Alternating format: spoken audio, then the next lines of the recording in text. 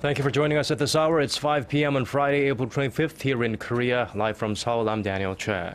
President Park Geun-hye and visiting U.S. President Barack Obama held summit talks in Seoul on this Friday. Talks between the two leaders are thought to have focused on reaffirming their security alliance on the Korean peninsula amid concerns North Korea may be planning a fourth nuclear test. With South Koreans mourning the loss of so many lives in the recent ferry disaster, President Obama was expected to express his country's deepest sympathies. Reflecting strong Seoul-Washington ties, the U.S. leader was also set to return 9 Korean royal seals that were lost during the Korean War. A joint news conference with the two leaders will be broadcast live here on Arirang TV, starting about 20 minutes from now.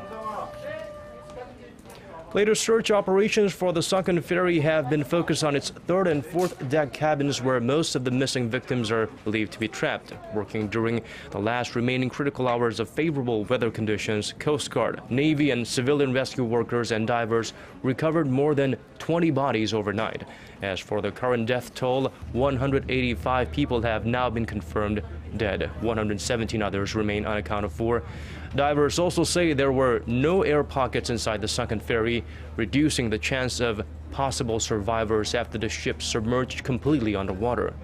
But the search will continue, as parents of the missing have requested the ferry not to be lifted out of water until everybody is recovered.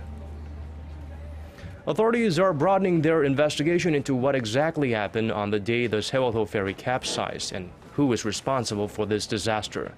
So far, it looks like all 15 crew members, including the captain Lee Jun-suk that escaped the ferry, will face criminal charges. 11 have already been charged with negligent homicide while violating maritime law, with the remaining 4 under investigation as suspects. Comments made by some of the crew members are causing quite a stir as well. One testified that crew members, including himself, were in a room less than 10 meters away from where the passenger cabins were right before they fled the ship, which clearly suggests they did not follow the standard protocol to help passengers escape.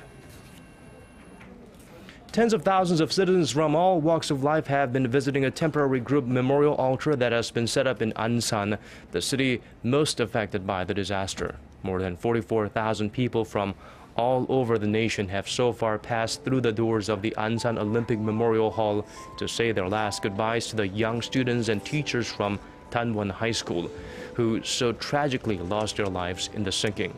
The local government there has also set up a message service so that those who cannot come in person can send text messages of condolences, which are being displayed on one of the screens at the Memorial Hall. Another memorial hall opened at 11 a.m. Korea time in Mokpo near the city's main train station. And those are the stories we are following at this hour. We will be back with a live coverage of the Korea-U.S. Summit News Conference in about 20 minutes at 5:25 p.m. Korea time. Do join us then.